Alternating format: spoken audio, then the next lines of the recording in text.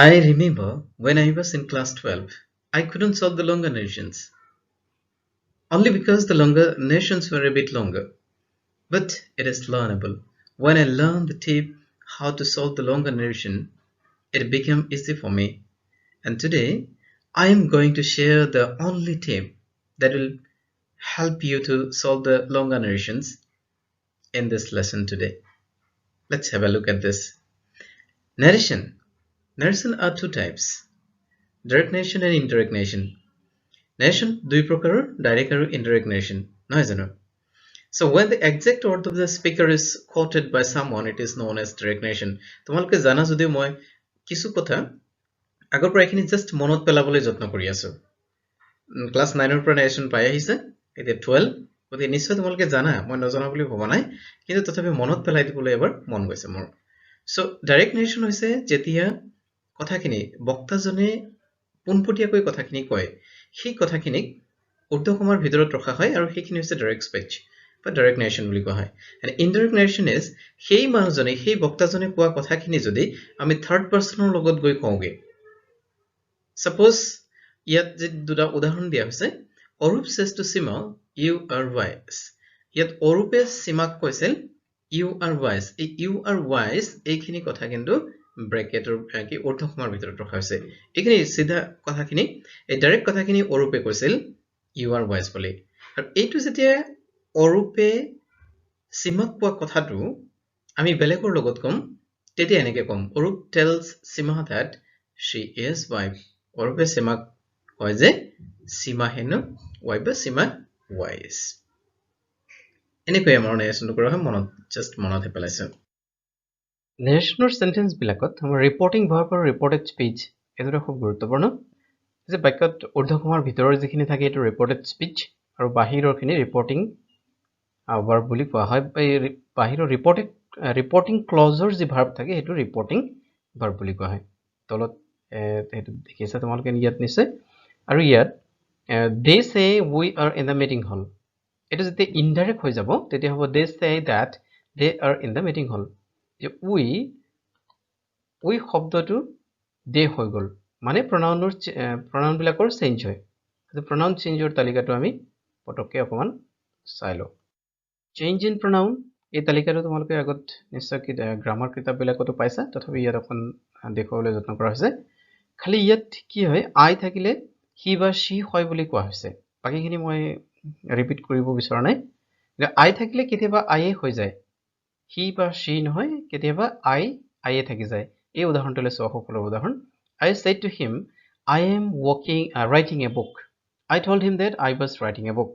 ইয়াত আমি এই কথাকৈ ক'ব পাৰোঁ, গতিকে ৰিপৰ্টেড স্পীচৰ ভিতৰত যদি আই বা আই জাতীয় থাকে তেতিয়াহ'লে আমি ৰিপৰ্টিং ক্লজত থকা ছাবজেক্টলৈ যাম। ছাবজেক্টটো যিটো আমি ৰিপৰ্টেড স্পীচৰ ভিতৰত আই জাতীয়খিনি তাকে ভৰাই দিম। আৰু যদি ইউ থাকে ৰিপৰ্টেড স্পীচৰ ভিতৰত ইউ বা ইউ জাতীয়খিনি আমি ৰিপৰ্টিং ক্লজত থকা অবজেক্টটোলৈ গুচি যাম। তেতিয়া আমি ইয়াৰ নিৰ্ভুলভাৱে কৰিবলৈ সুবিধা পাম। She told him that he was invited. এইটো এনেকৈ কৰা হয়। নেৰেশ্যনৰ ডাইৰেক্টৰ পৰা ইনডাইৰেক্ট কৰোঁতে টাইম, প্লেচ, এক্সপ্ৰেছন আৰু আদাৰ চেঞ্জ কিছুমান হয়। তাৰ এই তালিকাটো দিছোঁ, এইটো তোমালোকে চাই ল'বা। নেৰেশ্যনত টেন্সৰো চেঞ্জ হয়, কিন্তু there is only one condition. Tense change মাত্ৰ এটা কণ্ডিশ্যনতেই হয়, সেইটো হৈছে if the reporting verb is in first form. Reporting ভাৰ্বটো যেতিয়াই ফাৰ্ষ্ট ফৰ্মত থাকিব তেতিয়া তাৰ ডাইৰেক্টৰ পৰা ইনডাইৰেক্ট কৰোঁতে নেৰেশ্যনৰ টেন্সৰ চেঞ্জ হ'ব। এই তালিকাটো তোমালোকে আগত পাইছা নিশ্চয়, তথাপিও মই দি দিছোঁ। ইয়াৰ উপৰিও আমাৰ নেৰেশ্যন কৰোঁতে যি 5টা বাক্য আছে, types of sentences, assertive, interrogative, imperative, optative and exclamatory, এই বাক্য অনুযায়ী চেণ্টেন্স অনুযায়ী ৰিপৰ্টিং ভাৰ্ব আৰু কনজাংচনৰো পৰিৱৰ্তন হয়। এইবাৰ আকৌ আমি আজিৰ বিষয়টো হৈছে নেৰেশ্যন, যিখিনি টেক্সচুৱেল নেৰেশ্যন হয় ক্লাছ 12ৰ ফ্ৰম লেচন ল স্প্ৰিং। ল স্প্ৰিং নামৰ পাঠটিৰ পৰা ফাইনেলতো নেৰেশ্যনৰ কুৱেশ্যন অহা দেখা যায়, সেইবাবে এই পাঠটি আমি আজি চুজ কৰিছোঁ। ইয়াৰ পৰাই আমি আজি নেৰেশ্যন কৰাৰ যত্ন কৰিম। Some frequently asked narration from lesson Lost Spring. আমি জানোই ডাইৰেক্ট এণ্ড ইনডাইৰেক্ট এই দুই প্ৰকাৰে হয় গতিকে হয় পৰীক্ষাত ডাইৰেক্টৰ পৰা ইনডাইৰেক্ট কৰিবলৈ দিব নহলে ইনডাইৰেক্টৰ পৰা ডাইৰেক্টলৈ নিব দিব প্ৰথম যি কোৱেশ্চন আছে এই লেসনৰ হেয়া হৈছে direct to indirect Why do you do this? I ask Sahib, whom I encounter every morning. I have nothing else to do, he mutters.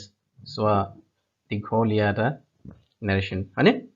এইটোৰ কাৰণ আছিল মই যেতিয়া ক্লাস 12 ত আছিল তেতিয়া নাৰেশন দেখি ভয় লাগিছিল কিন্তু আজিকালি নালাগে আৰু তোমালোকৰ নালাগিব প্ৰথম যেটো টিপস আছে আৰু একমাত্ৰ টিপস সেই টিপটো মই এতিয়া শেয়াৰ কৰিম যেটো টিপ জনাৰ পিছত আৰু তোমালোকৰ প্ৰবলেম নহয় সো ইয়াত চোৱা দিঘলীয়া যেন লাগিলেও why do you do this I ask Sahib whom I encounter every morning ইয়াত ফুল স্টপ এটা আছে ফুল স্টপ আছে মানে কি ইয়াটা ভাগ আৰু I have nothing else to do he mutters ইয়াটা বেলেগ এটা ভাগ গতি একমাত্ৰ টিপটো হৈছে বলকে নেৰেশন যি ডাঙৰ নেৰেশন দিঘলীয়া নেৰেশন থাকিলেও তাক সৰু সৰু ভাগত ভাগ কৰি লোৱা ইয়াত আমাৰ দুটা হৈ গল আৰু যেতিয়া দিঘলীয়া নেৰেশন এটা সৰু হৈ গল সৰু হৈ যোৱাৰ পিছত আৰু তো আমাৰ চিন্তাৰ কাৰণ নাই কাৰণ সৰুখিনি আমি আগতে জানো নহয় জানো এই পিছৰখিনি বাদ দিয়া এইখিনি so why do you do this I ask Sahib whom I encounter every morning এইখিনি আগত কৰো I ask Sahib whom I encounter every morning why he does that full stop দিলো তাৰ পিছৰখিনি কৰো he mutters that he has nothing else to do I have nothing else to do he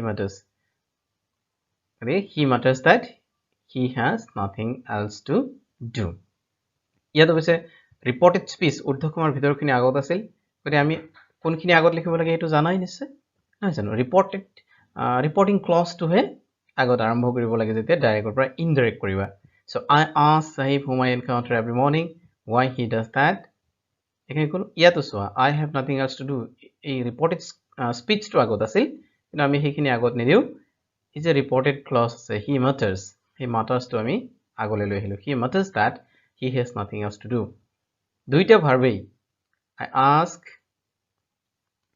আৰু ইয়াত কি আছিল matters এই দুইটা ভাৰ্বেই present হোৱাৰ কাৰণে প্ৰেজেন্ট ফৰ্ম হোৱাৰ কাৰণে টেন্সৰ কোনো পৰিৱৰ্তন নহল বাকিখিনি তো হবই I টো কি হৈ গৈছিল I থাকিলে কলৈ যায় I ask Sahib whom I encounter every morning এনে ইয়াত আছিল you হয় নহয় you জাতীয় বিলাক কলৈ যায় অবজেক্ট কলৈ যায় ইয়াত আছে object I hall subject Sahib হৈছে অবজেক্ট গতি you টো ইয়াত Sahib বুজাইছে আৰু Sahibৰ কাৰণে আমি কি ব্যৱহাৰ কৰিছো he শব্দটো ব্যৱহাৰ কৰিছো why he does that ইয়াত he mutters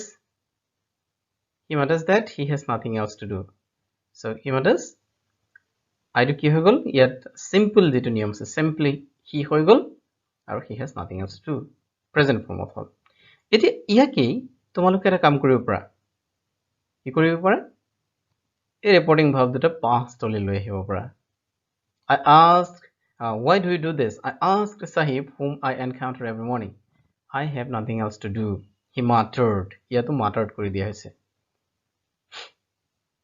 past formত লৈ আহিব পাৰা present form টো past formত লৈ আহা আৰু তাৰ পিছত কৰিবলৈ যত্ন কৰা so I asked Sahib whom I encounter every morning why he did that present formত আছিল does that আছিল ইয়াত did that হৈ গল he muttered matters asile muttered হৈ গল that he had yet he has asile so past tense or niyam mode present thakile past hoy jay gode has or past hoise had he had nothing else to do dekhe aru koiboligia kon asil enekoi ami yat poa bilak ebar reporting verb bilak ebar present aru ebar past ot kori nije sabo paro দ্বিতীয়টো প্ৰশ্ন এটো হে director পৰা indirect কৰিব লাগিব Why aren't you wearing chappals? I asked one boy.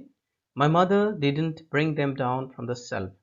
He answers simply. Isn't it? Yeah, there is a question mark. Why aren't you wearing chappals? I asked one boy. One boy look at a part. The bagi hini jodi ami bad diye etu dikholia lagise jano. Nai loga no kintu koribo paribai. Karon I asked one boy why he isn't wearing chappals. আৰু আমি যেহেতু question বিলাক যেতিয়া indirect narration কৰোঁ তেতিয়া statement আকাৰত নিব লাগে আৰু ষ্টেটমেণ্ট আকাৰত লৈ যাওঁতে আমি কি কৰোঁ সাবজেক্টটো আগত লৈ আহিম ইয়াত কিন্তু কি আছিল মই earned